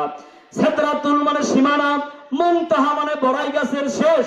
বড়াই গাছের শেষ সীমানা, যেটাকে সৃষ্টি জগতের সর্বশেষ সীমানা দ্বারা হয়। আমার বন্ধুগণ, সেখানে যাওয়ার পরে জিবরাইল আমিন বলতেছেন, ইয়া রাসূলুল্লাহ, এই সিদরাতুল মুনতাহা পার হয়ে আর এক বিন্দু উপরে যাওয়ার ক্ষমতা আমি জিবরাইলের নাই। আমি জিবরাইল যদি আর এক বিন্দু উপরে যাই, আমি জিবরাইল আল্লাহর নূরের তাজাল্লিতে পুড়ে ছাই হয়ে যাব। এবার আরেকটা বাহন নিয়ে আসা হলো, তার নাম রফরফ। বোরাকও আর যাইতে পারবে না। আমার বন্ধুগণ, জিবরাইল আমিন আল্লাহর নবীর কাছ থেকে বিদায় নিয়ে নিলেন। বোরাক বিদায় নিয়ে নিল, রফরফ আসলো। আল্লাহর নবী ওই জায়গায় একটু শঙ্কিত হলেন, একটু ভীত ভীত ভাব হয়ে গেল। আল্লাহর নবীজি যেন দেখতে পাচ্ছেন, আল্লাহর নবীজির সামনে পেছনে ডানে বামে হযরতে বেলাল যেন খড়ম পায়ে দিয়ে ঠক ঠক করে চলাফেরা করতেছেন। মেরাজ থেকে ফিরে এসে হযরতে বেলালকে বলেছিল, রে বেলাল, আমি মেরাজের রাত্রে তোমাকে সিদরাতুল মুনতাহা এলাকায় দেখতে পাইলাম। মনে হয় তুমি আমার সামনে আর পিছনে তুমি হাঁটাহাঁটি করতেছো। রে বেলাল, তোমার এই মর্যাদাটা আল্লাহ কিসের কারণে দিয়েছে? আল্লাহর নবীর সাহাবী হযরতে বেলাল ইসলামের প্রথম মুয়াজ্জিন। সবচাইতে কালো ব্যক্তি ছিল পৃথিবীতে 3 জন, তার মধ্যে হযরতে বেলাল একজন, তারপরে হযরতে লোকমান হাকিম একজন, আর হযরতে ওমর ফারুক রাদিয়াল্লাহু আনহুর একজন দাস ছিল, তার নাম হযরতে মুহাজ্জা। এই 3 জন সবচাইতে কালো। আমার বন্ধুগণ, এই বেলাল রাদিয়াল্লাহু আনহুকে আল্লাহর নবী মিরাজের রাত্রে সিদরাতুল মুনতাহা এলাকায় দেখলেন। বললেন, বেলাল রে, তোর কি এমন আমল, এই কারণে আল্লাহ এত মর্যাদা বাড়ায়া দিয়েছে? হযরত বেলাল বলে, ইয়া রাসূলুল্লাহ, না না, আমার তেমন কোনো আমল নাই, তবে আমি 2টা কাজ সব সময় করি। একটা হলো আমার উযু যাওয়ার সঙ্গে সঙ্গে আমি উযু করে নেই। বলি সুবহানাল্লাহ। সব সময় উযু করে থাকি। কেরামত আলী জৈনপুরী রহমাতুল্লাহ আলাইহি রংপুরের মাটিতে যিনি ঘুমায় আছেন, তার একটা বই আছে, সে বইয়ে তিনি উপদেশ দিতে গিয়ে বলেছেন, তোমরা সব সময় উযু অবস্থায় থাকার চেষ্টা করবা। 2 নম্বরে হযরত বেলাল বলেন, আমি উযু করার সঙ্গে সঙ্গে 2 রাকাত নামাজ পড়ি। ওই নামাজটার নাম হলো তাহিয়াতুল উজু। আমার বন্ধুগণ, এবার আল্লাহর নবী আরশে আজিমে গেলেন, আল্লাহর সঙ্গে দিদার হলো, নামাজ দিলেন 50 ওয়াক্ত, কমতে কমতে হলো 5 ওয়াক্ত। আল্লাহর নবী সর্বশেষে বললেন, ইয়া রাসূলুল্লাহ, আমি যেহেতু 50 ওয়াক্তের কথা আমার পবিত্র জবান দিয়ে বলেছি, এই নামাজটা এখন কমতে কমতে 5 হয়ে গেল। তোমার উম্মত যদি 5 ওয়াক্ত পড়ে 50 ওয়াক্ত পড়া লাগবে না, 5 ওয়াক্ত যদি পড়ে আমি তাকে 50 ওয়াক্তের সওয়াব দিয়ে দেব। বলি সুবহানাল্লাহ। মেরাজের রাত্রি সারা রাত শুনতে রাজি, কিন্তু নামাজ পড়তে রাজি নাই। এমন লোক আমরা আছি কি নাই? অনেক মা বোন, অনেক পুরুষ এখানে আছেন, আজকে ফজরের নামাজটাও জামাতে পড়ে নাই, আছে না নাই? জামাতে মহিলারা তো দূরের কথা, এখানে বাড়িতে যে পড়বে তাও পড়ে নাই। আমার বন্ধুগণ, এখানে অনেক মানুষ আছেন এশার নামাজটাও পড়েন নাই, অথচ মেরাজের রাত্রের মেরাজের ওয়াজ শুনতে আসছেন, মেরাজের উপহার একটা নামাজ, সেটা আমরা পড়তে রাজি নাই। হলো ওয়াজ শুনে লাভ আছে? আমার বন্ধুগণ, এবার আল্লাহর নবীজি চলে আসলেন, ফেরত আসলেন। ফেরত আসার পরে কতটুকু সময় লাগলো এই মেরাজটা করতে? কোন কোন বর্ণনায় পাওয়া যায় 1 বছর নয়, 2 বছর নয়, 27 বছর কেটে গিয়েছে। অথচ আল্লাহর নবী মেরাজ থেকে ফিরে এসে দেখেন, ওই যে উযু করছিলেন কাবা ঘরের পাশে, উযুর পানি এখনো গড়তেই আছে। বলি সুবহানাল্লাহ। শুধু তাই নয়, রাসূল পাক যেই ঘর থেকে বের হয়েছিলেন, ঘরের দরজার কড়া এখনো নড়তেই আছে, থামে নাই। 3 নম্বরে যেই বিছানায় শুয়েছিলেন একটা মানুষ, একটা চেয়ার, আপনি যে জায়গায় বসে আছেন, উঠেন দেখেন ওই জায়গায় উষুম উষুম একটু ভাব, উষ্ণ উষ্ণ ভাব। আল্লাহ রসুল যেই বিছানা থেকে উঠে গেলেন মেরাজে, ফিরে এসে দেখেন ওই বিছানার উষ্ণ উষ্ণ ভাবটা এখনো আছে। বলুন সুবহানাল্লাহ। দুনিয়ার সময়তে প্রায় 1 সেকেন্ডের মনে হয় 4 ভাগের 1 ভাগ সময়, অথচ এর মাঝে চলে গেল প্রায় কয় ঘন্টা, কয় দিন, কয় বছর? 27 বছর। বলি সুবহানাল্লাহ। আমার বন্ধুগণ, আল্লাহর নবী সেই সংবাদ ছড়িয়ে দিলেন, আমি মেরাজ করেছি। কাফের মুশরিকরা সংবাদটা শুনলো, শোনার পরে আবু বকরকে বলতেছে, আবু বকর রে শোনো, তুমি যে নবীর পেছনে গিয়েছো, তোমার নবী বড় মিথ্যাবাদী। তোমার নবী দেখো কি পাগল হয়েছে, ওই নবী নাকি গত রাত্রে মেরাজ করেছে 7 আসমান পাড়ি দিয়ে। তোমার নবী নাকি বাইতুল মুকাদ্দাসে গিয়েছিল। কত বড় ভণ্ড তোমার নবী। আরে আমরা এই বাইতুল মুকাদ্দাসে ব্যবসার জন্য যাই, মক্কা থেকে বাইতুল মুকাদ্দাসে যাইতে আমাদের 1 মাস লাগে। আর তোর ভণ্ড নবী, মিথ্যা নবী নাকি গত রাত্রে মুহূর্তের মধ্যে গিয়েছিল, আবার ফেরত আসছে, এটা কেমন করে সম্ভব? আমার বন্ধুগণ, আল্লাহর নবীর সাহাবী আবু বকর বললেন, ও কাফেরেরা, এই সংবাদ তোমরা কোথায় শুনেছো? তোর নবীর মুখ দিয়ে শুনেছি। আবু বকর বললেন, আমার দয়াল নবী যদি বলে থাকে, মিথ্যা বলে নাই, আমার নবী বলেছে, এটা সম্পূর্ণ সত্য কথা। বলি না সুবহানাল্লাহ। হযরত আবু বকর দৌড়ে আসলেন দয়াল নবীর কাছে। দয়াল নবীকে বলেন, আপনি কি মেরাজ করেছিলেন? হ্যাঁ। আমি তাই তো আপনাকে কালকে রাত্রি খুঁজে পাই নাই। আল্লাহর নবীজি বললেন, হ্যাঁ, এই যে আমার সম্পূর্ণ ঘটনা, তুমি কি বিশ্বাস করো না? আবু বকর বললেন, হ্যাঁ, আমি এক বাক্যে বিশ্বাস করি, আপনার কথা মিথ্যা হতে পারে না। আল্লাহর নবী বললেন, আবু বকর, তুমি শুধু আবু বকর নও, তুমি আজকে থেকে সিদ্দিকে আকবর আবু বকর। বলি সুবহানাল্লাহ। আমার বন্ধুগণ, কাফেরেরা বাহিনী নিয়ে, নেতা নেত্রী নিয়ে দয়াল নবীকে হেনস্থ করার জন্য একত্র হলো। কিছু নবীকে প্রশ্ন করবে, এটা চান্স পাইল। তারা নব মুসলিমদের মধ্যে একথা ছড়িয়ে দিল, তোমাদের নবী ভণ্ড নবী। কিছু কিছু মুনাফিক মুসলমানেরা মুরতাদ হয়ে গেল, ইসলাম ধর্ম ত্যাগ করে কাফেরদের ধর্মে ফিরে গেল। আমার বন্ধুগণ, দয়াল নবীকে এসে প্রশ্ন করে যে, বলেন তো দেখি, আপনি নাকি বাইতুল মুকাদ্দাসে গিয়েছিলেন, বলেন তো বাইতুল মুকাদ্দাসের দরজা কয়টা, জানালা কয়টা? আল্লাহর নবী কি দরজা জানালা গণা চলে গেছিলেন? নবী যে ওই মুহূর্তে বলতে পারতেছেন না, একটু চুপ থাকলেন। আল্লাহ পাক জিবরিলকে বলেন, জিবরিল যাও, দেরি করো না, আমার হাবিবকে একটা বড় প্রশ্ন করেছে। যাও যাও, তুমি হাতের তালুতে ওই সম্পূর্ণ মসজিদ আকসাকে তুলে নিয়ে তুমি আমার নবীর চোখের সামনে হাজির করে দাও। বলা দেরি, জিবরাইল আমিন হাতের তালুর মধ্যে মসজিদ আকসাকে নিয়ে দয়াল নবীর চোখের সামনে হাজির করা দেরি হলো না। জোরে বলি সুবহানাল্লাহ। আল্লাহর নবী এবার গনে গনে বলতেছেন, মসজিদ আকসার দরজা এতটা, জানালা এতটা। কাফেরেরা দেখলো যে ঠিক আছে, তখন আবু জেহেলেরা বলল যে, দেখো আব্দুল্লাহর বেটা কত বড় জাদুকর। বলি নাউজুবিল্লাহ। ঈমান তারপরে আনলো না। আমার ভাইরা, এই মেরাজের রজনীতে আমরা কি বিশ্বাস করি? এই মেরাজটা কি রাসূলের স্বপ্নে হয়েছিল নাকি জাগ্রত অবস্থায় হয়েছিল? অনেকে বলে, অনেক মুসলমান দাবি করে যে স্বপ্নে হয়েছিল, মেরাজ জাগ্রত অবস্থায় হয় নাই। আমরা যারা সুন্নি মুসলমান, আহলুস সুন্নাহ ওয়াল জামাত আকীদা বিশ্বাস করি, আমাদের আকীদা হলো স্বপ্নে হয় নাই, রাসূল পাকের মেরাজটা জাগ্রত অবস্থায় সশরীরে হয়েছিল। বলি সুবহানাল্লাহ। আমার বন্ধুগণ, এই ঘটনাটা কোথায় এসেছে? মেরাজের কথা সূরা নজম, সূরা বনী ইসরাঈল এসেছে। সূরা বনী ইসরাঈল আপনারা খুলে দেখবেন, প্রথমেই আল্লাহ পাক কি শব্দ ব্যবহার করেছে? সুবহানাল্লাহ। ভাইরা বলেন তো, সুবহানাল্লাহ আমরা কখন বলি? যখন কোন বড় ঘটনা, বড় আশ্চর্য কোন ঘটনা শুনি, সুবহানাল্লাহ, এত বড় কথা, এত বড় ঘটনা, আল্লাহু আকবার, সুবহানাল্লাহ আমরা কিন্তু কথাটা বলি কিনা? তাহলে আশ্চর্য কোন কথা, ঘটনা যখন আমরা দেখি, শুনি, তখন বলি সুবহানাল্লাহ।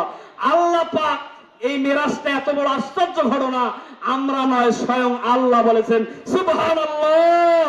সুবহানাল্লাহ দিয়ে সূরা বনী ইসরাঈল শুরু করেছেন। বলি সুবহানাল্লাহ। তারপরে আসরা, মেরাজ করাইছিলেন বেআবদিহি, তার বান্দাকে লাইলান। ভাই যারা গ্রামার বোঝেন, লাইলাতুন মানে রাত্রি, এখানে লাইলাতুন শব্দ ব্যবহার করা হয় নাই, এখানে ব্যবহার করা আছে লাইলান। লাইলান মানে রাতের কিছু অংশ, গোটাল রাত লাগে নাই, এই দুনিয়ার রাত গোটাল লাগে নাই মেরাজ করতে, রাতের কিছু অংশ। কোন অংশ? ওই যে উজুর পানি এখনো করতেই আছে, এতটুকু সময়ের মধ্যে আল্লাহ পাক আল্লাহর নবীকে তার কাছে নিয়ে মেরাজ করাইছিলেন। বলি সুবহানাল্লাহ। আমার বন্ধুগণ, মেরাজে আল্লাহ রাসূল মহিলা মা বোন আসছেন অনেকে, একটু তাদের সম্পর্কে কিছু বলা দরকার। ওরা আমাদের সরকার, ক্ষমতায় আসে বারবার, কিছু না বললে তো মন খারাপ করবে, কিছু বলা দরকার আছে না নাই? একটু শুধু টাচ দেবো ভাই, মেরাজ সংশ্লিষ্ট অন্য কোনো কথা মা বোনদেরকে বলবো না, মেরাজ সংশ্লিষ্ট দুইটা কথা বলবো। আল্লাহ রাসূল মেরাজ থেকে এসে নারীদেরকে বললেন, এ নারীরা, আমি মেরাজে দেখলাম তোমরা নারীরাই দোজখে বেশি, নারীরাই বেশি। বলেন তো, আজকে ওয়াজ শুনতে আসছে, পুরুষ বেশি না নারী বেশি? নারী বেশি। ওই দোজখে যাবে নারী বেশি। আল্লাহর নবীর মহিলা সাহাবীরা জিজ্ঞেস করলেন, ইয়া রাসূলুল্লাহ, ইয়া হাবিবাল্লাহ, আমাদের কি অপরাধ, কেন আমরা দোজখে বেশি বেশি গিয়েছি? আল্লাহর নবী বললেন, তোমাদের দোষ বেশি নয়, মাত্র হলো দুইটা। এই দুইটা দোষ যে নারীর ভিতরে থাকবে, সে নামাজি হোক, সে হাজী সাহেব হোক, সে পর্দানিশিনী হোক, সে যত বড় তাহাজ্জুদ গুজারি হোক, এই নারীর যদি দুইটা দোষ থাকে, ওই নারী যাবে জাহান্নামে। বলি নাউজুবিল্লাহ। এক নম্বর দোষ হলো, আল্লাহর নবী বলেছেন, তোমরা যারা স্বামীকে অবজ্ঞা করো তারা হলে দোজখী। আমার বন্ধুগণ, স্বামীকে অবজ্ঞা করা নারী স্যাংমারিতে বোধহয় নাই। বউয়ের ডাং খাইছেন কে কে? হাত তোলেন তো। কেউ হাত শরমতে তুলতেছেন না, খাইছেন তাহলে? চপ থাপ্পড় খাইছেন? আহা, যে নারী স্বামীর গায়ে হাত তোলে, 6 প্রকার নারী দোজখে যাবে, তার মধ্যে একটা হলো যে নারী স্বামীর গায়ে হাত তোলে ও দোজখে যাবে। বলি নাউজুবিল্লাহ। আমার বন্ধুগণ, এবার দেখেন, অনেক পুরুষ আছে আসলে নারীর ডাং, নারীর পেটন খায়। একজন মেয়ে, সে তার মাকে বলতেছে, মা, আমি আর স্বামীর বাড়িতে সংসার করতে যাব না। কেন যাবি না মা? তোর জামাই শুধু পিটায়, সকালে পিটায়, দুপুরে পিটায়, রাইতে পিটায়, ডিমেন্টের জন্য পিটায়, ভুল হইলে পিটায়, খালি পিটায়, আমি আর সংসার করব না। মা তখন এই কথা শুনে, কাদার কথা না হাসার কথা? কাদার কথা, কিন্তু মা কাঁদেও না, হাসেও না, হাসতে চায়, হাসে না। মাকে তখন জিজ্ঞেস করে, মা তুমি কিছু বলো না কেন? তখন মা বলে, বেটি, তোর বাপ কি কম মার মারছে আমার? দুনিয়ার ধার দুনিয়াতে। আমার বন্ধুগণ, খবরদার, যে পুরুষেরা এখানে এসেছেন, আপনার স্ত্রী গায়ে হাত তুলবেন না। যে স্ত্রীরা এসেছেন, খবরদার স্বামীর গায়ে হাত তুলবেন না। আপনার স্বামী কি জিনিস আপনি জানেন? এই পৃথিবীতে একমাত্র আপনার স্বামী হলো দামি। আপনার যদি বাবা না থাকে আপনার চলবে। যার বয়স হয়ে গিয়েছে, যে মহিলা প্রাপ্তবয়স্ক হয়েছে, তার বাবা না থাকলেও চলবে, তার মা না থাকলেও চলবে, তার ভাই না থাকলেও চলবে, বোন না থাকলেও চলবে, কিন্তু ওই প্রাপ্তবয়স্কা মহিলার স্বামী না হলে চলার কথা নয়। অনেক সমস্যা আছে, বলেন ঠিক কিনা? আমার বন্ধুগণ, মহিলা মা বোন যারা আসছেন, স্বামীকে অবজ্ঞা করবেন না। স্বামী কি জিনিস একটু শুনে নেন। আল্লাহর নবীকে জিজ্ঞেস করেছিল একজন মহিলা যে আমি এখন বিবাহ করব, স্বামীর হক কি, স্বামীর কি খেজমত করতে হবে? আল্লাহর নবী বলছিলেন, ও মহিলা সাহাবী শোনো, তোমার স্বামীর যদি গোটা গায়ে পুঁজ হয়, আর ওই পুঁজ গুলো যদি তুমি নেকড়া দিয়ে নয়, হাত দিয়ে নয়, পা দিয়ে নয়, তুমি মহিলা, তুমি স্ত্রী হয়ে যদি নিজের জিহ্বা দিয়ে সেটে সেটে পরিষ্কার করে দাও, তারপরে তোমার স্বামীর হক আদায় করা শেষ হবে না। বলি সুবহানাল্লাহ। আমার বন্ধুগণ, হাদিস শরীফ খুলে দেখেন, একটা মহিলা যদি ইমানদার মহিলা মারা যায়, আমলের কম বেশ থাকলেও আল্লাহর নবী বলেন, যদি তার স্বামী তার স্ত্রীর উপর খুশি হয়, কেঁদে কেঁদে অন্তর দিয়ে বলে, আল্লাহ আমার স্ত্রী মারা গেছে, আমার স্ত্রী খুব ভালো ছিল, এমনটা যদি অন্তর দিয়ে তোমার স্বামী বলে, রে মা, তোমার কোনো বিচার হবে না, বিনা বিচারে আল্লাহ জান্নাত দিয়ে দেবে। বলি সুবহানাল্লাহ। কত বড় দামি স্বামী। আমার বন্ধুগণ, স্বামীর পায়ের নিচে জান্নাত, যদি বা কথাটা ডাইরেক্ট কোরআন হাদিসে নাই, কিন্তু কথাটা সঠিক। আপনি স্বামীকে সন্তুষ্ট যদি করতে না পারেন, যতক্ষণ অসন্তুষ্ট রেখে অনুমতি ছাড়া আপনি বাড়ির বাইরে থাকবেন, মাটি পর্যন্ত আপনার জন্য বদদোয়া দেবে। আপনি কেন স্বামীর অনুমতি না নিয়ে বাড়ির বাইরে গেছেন? আপনি, স্বামী কত বড় দামি, স্বামীর অনুমতি ছাড়া আপনি নফল রোজা করতে পারবেন না। পারবে? এই যে কালকে যদি কেউ রোজা রাখে, স্বামী যদি বলে যে না রোজা রাখা হবে না, ওই মহিলা রোজা রাখতে পারবে না। স্বামীর দাম আছে না নাই? স্বামীকে তুমি অবমূল্যায়ন করো মা। স্বামী যদি তোমার একটু দুর্বল হয়, অসুস্থ হয়, তারপরে তোমার স্বামীকে তুমি স্বামী মনে করো। তোমার স্বামী আছে, তুমি একটু ভেবে দেখো তো, তোমার আশেপাশে অনেক মহিলা এখানে ওয়াজ শুনতে এসেছে, যারা তোমার চাইতে শিক্ষিত বেশি, তোমার চাইতে সুন্দর বেশি, তোমার চাইতে সম্পদশালী বেশি, কিন্তু তার স্বামী নাই, মারা গিয়েছে, সে বিধবা, সে তালাক প্রাপ্তা। তোমার তো স্বামী একজন আছে। তোমার স্বামী একটু কালো হলেও, কামাই কম করলেও, মা তোমার স্বামীকে তুমি তোমার মাথার উপর রাখো। আমরা ইতিপূর্বে শুনেছি, পূর্বের যুগে স্বামী পানের পিক ফেলায় আর স্ত্রী সেই পানের পিক গুলো হাতের তালুতে নিয়ে ফেলে দেয়। এমন মহিলা ইতিপূর্বে ছিল কি ছিল না? আমার বন্ধুগণ, স্বামীকে ভাত দেওয়ার আগে যত ক্ষুধা লাগুক, কোন মহিলা অনেক আছে তারা ভাত খায় না, আছে না? আব্বল হাড়ির ভাতটা স্বামীকেই আগে খাওয়ায়, আছে না? অনেক মহিলা আছে নিজের স্বামীর নামটা মুখে নেয় না। আর এখনকার বেদব মহিলারা স্বামীর নাম টপ টপ টপ টপ করে সকলের সামনে বলে। বলা যায় আছে, কিন্তু অনেক আদব মহিলা যারা, তারা কখনো বলতে সাহস পাবে? আমার বন্ধুগণ, একবার ইউনিয়ন কাউন্সিলে জিজ্ঞেস করছিল, বিধবা ভাতা নেওয়ার জন্য আসছিল, তো বলছে অফিসারদের তোমার স্বামীর নাম কি? দুইজন মহিলা একসঙ্গে আসছে। এই মহিলা বলতেছে না স্বামীর নাম, কিছুতেই বলতেছে না, অথচ কথা বলতে পারে। এত বলতেছে, আপনি স্বামীর নামটা বলেন না, বলে না। তখন পাশের মহিলাকে বলতেছে, বউ একটু কয়েক, তোমার স্বামীর নামটা কয়েক। তার মানে স্বামীর নামটা মুখে তিনি নিচ্ছেন না, কত বড় স্বামীকে সম্মান করে। এমন মহিলা ইতিপূর্বে ছিল, বর্তমান যুগে একটু কম। বলেন ঠিক কিনা? আমার ভাইরা, আমার মায়েরা, আমি অনুরোধ করবো, আপনার স্বামী যতদিন জীবিত আছে, ওটা স্বামী নয়, ওটা কি জীবিত আছে, আপনি মারা গেলে বুঝবেন সেই দিন কি আপনার ছিল আর আজকে কি নাই। বলেন ঠিক কিনা? এই জন্য আমি বলি, যে মায়েরা আসছেন, যাদের স্বামী আছে, যতই সমস্যা থাক না কেন, আপনার স্বামী যতই কালো হোক, আপনার স্বামী কামাই কম করুক, আপনার স্বামী, স্বামীকে সর্বোচ্চ মর্যাদা দিয়ে সর্বোচ্চ সম্মান আপনি স্বামীর জন্য করবেন, স্বামীর খেজমত করবেন, স্বামীকে সন্তুষ্ট রাখবেন। আমার বন্ধুগণ, স্বামীর অসন্তুষ্টি নিয়ে জীবন যাপন করিবে না, এটা ওয়াজের একটা শিক্ষা। তাহলে কয় কারণে নারী দোজখে যাবে? দুই কারণ। একটা হলো স্বামীকে যারা অবজ্ঞা করে, গায়ে লাগায় না, স্বামীকে গুরুত্ব দেয় না, স্বামীকে বাড়িতে রেখে স্ত্রী মার্কেট করতে যায়, এমন স্বামী, এমন মহিলা আছে না নাই? হ্যাঁ, কি লুঙ্গি কেনেন, কি কাপড় কেনেন, কিনতে পারেন না, নিজে যা কিনে নিয়ে এসে, কি বলেন, আছে না নাই? তো আসলে যে সিগন্যাল দেওয়া হয়েছে, আর একটা কারণ যে থাকলো, ওটা বলা দরকার। তো না শেষ করে দেবো? বলবো? তার 1 মিনিট একটু এনার কাছ থেকে সময় কি বলেন? একটা দরুদ দেন তো। আল্লাহুম্মা সাল্লি আলা সাইয়্যিদিনা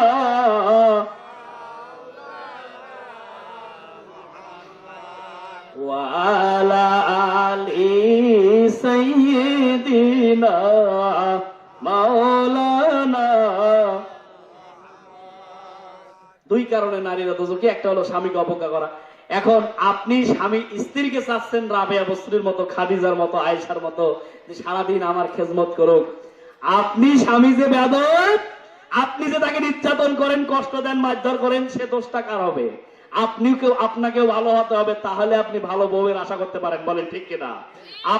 আপনিও স্বামী হিসেবে স্ত্রীর হকগুলো আদায় করে দেন। টাকা আছে, আপনি মোটর সাইকেলে চড়ে বেড়ান, টাকা আছে আপনার বাড়িতে, এখনো মডার নাই কেন? আপনার টাকা আছে, আপনি সাইকেলে বাদ দিয়ে মোটর সাইকেলে ঘুরে বেড়ান, টাকা আছে জন্য। তাহলে আপনার বাড়িতে এখনো চুলা আছে, গ্যাসের চুলা নাই কেন? রাইস কুকার নাই কেন? স্ত্রীর কষ্ট আপনার কষ্ট লাগে না? সারাদিন 2 বেলা কত কষ্ট করে আপনার জন্য রান্ধে দেয়। টাকা যদি থাকে, এই বর্তমান প্রযুক্তি বিজ্ঞানের আবিষ্কার, ডিজিটাল অধিকার তাদের হলো, গ্যাসের চুলা কিনে দিতে হবে, রাইস কুকার কিনে দিতে হবে, তাদের বাড়িতে মডার দিতে হবে। আর চৈত্র মাসে কল ঠাসিয়া কত সুন্দর করে আপনার কাপড় কষ্ট করে কাপড় ধৌত করে দেয়, গরু খাবারের পানি দেয়, আর আপনি হাসেন, আপনি মোটর সাইকেলে চড়ে বেড়ান। তাই কি স্বামী স্ত্রীর সম্পর্ক ভালো থাকবে? থাকার কথা। আপনিও ভালোবাসা দেন, তাকে ভালো ভালো মহিলা আপনি পাবেন। বলেন ঠিক কিনা? আসুন উভয় মিলে একটু ভালো ভালো ব্যবহার করে উভয়ই ভালো যেন হই, এ তৌফিক আল্লাহ পাক দান করুন। 2 নম্বর হলো, নারীরা যারা বেশি বেশি করে মানুষকে বদদোয়া দেয়, এই বদদোয়া দেওয়া নারীরা, কথায় কথায় দেখবেন একগুলো নারী আছে বদদোয়া দেয়, তোর ছেলের অঙ্কে হইবে রে। এই বদদোয়া যারা বেশি বেশি করে দেয় স্বামীকে, তারপরে পাড়াপড়শিকে, যে কোনো ঝগড়া লাগলে মানুষকে, এই বদদোয়া মহিলাদের ঠিকানা হবে জাহান্নামে। এ কথা বলেছেন কি আল্লাহ রসুল? আসুন আমি এই অগুছালো কিছু কথা আপনাদের মাঝে অনাকাঙ্ক্ষিত ভাবে বললাম। আমি জানি না এখানে কথা বলা আমার সাথে যে কোনো কারণে হয়েছে। যাই হোক, আজকের প্রধান বক্তা আমার বন্ধু মানুষ, উনি লালমনিরহাট, আমি মাহফিল করতে গেছিলাম ওনার এলাকায়, উনি এখানে আজকে আসছেন, এই কারণে একটু দেখা করাও তো দরকার। কি বলেন? আমি আসছি, ওনার সঙ্গে দেখা করলাম, উপস্থিত দিলাম। উনি আপনাদের সঙ্গে কথা বলবেন, আপনারা ধৈর্য সহকারে শুনবেন। আমার সংক্ষিপ্ত বক্তব্যগুলো যদি ত্রুটি বিচ্যুতি হয়, আপনারা এলাকার সন্তান হিসেবে ক্ষমা করে দেবেন। আপনারা সকলে আমাকে চেনেন, অনেকেই চেনেন, হয়তো বা 2-1 নাও চিনতে পারেন। আপনাদের মসজিদের যিনি খতিব আছেন, উনি আমার শ্বশুর আব্বা, ওনার আমি জামাই, শুকরিয়া ইসলামী আলী মাদ্রাসায় চাকরি করি। এখানে অনেক স্টুডেন্ট আছে অবশ্য, অত্র এলাকার আপনারা অনেকে মাদ্রাসায় ভালোবাসেন, মাদ্রাসায় বাস্তা দেন, দিতে থাকবেন ইনশাআল্লাহ। আল্লাহ পাক আজকের বক্তব্য থেকে কিছু না কিছু হিদায়াতের বাণী যেন বাড়িতে নিয়ে যেতে পারেন, সে তৌফিক দান করুক। আমা তৌফিক ইল্লা বিল্লাহ। ভুল ত্রুটি ক্ষমা চেয়ে দোয়া সকলের কাছে চেয়ে শেষ করছি। আসসালামু আলাইকুম ওয়া রাহমাতুল্লাহি ওয়া বারাকাতুহু।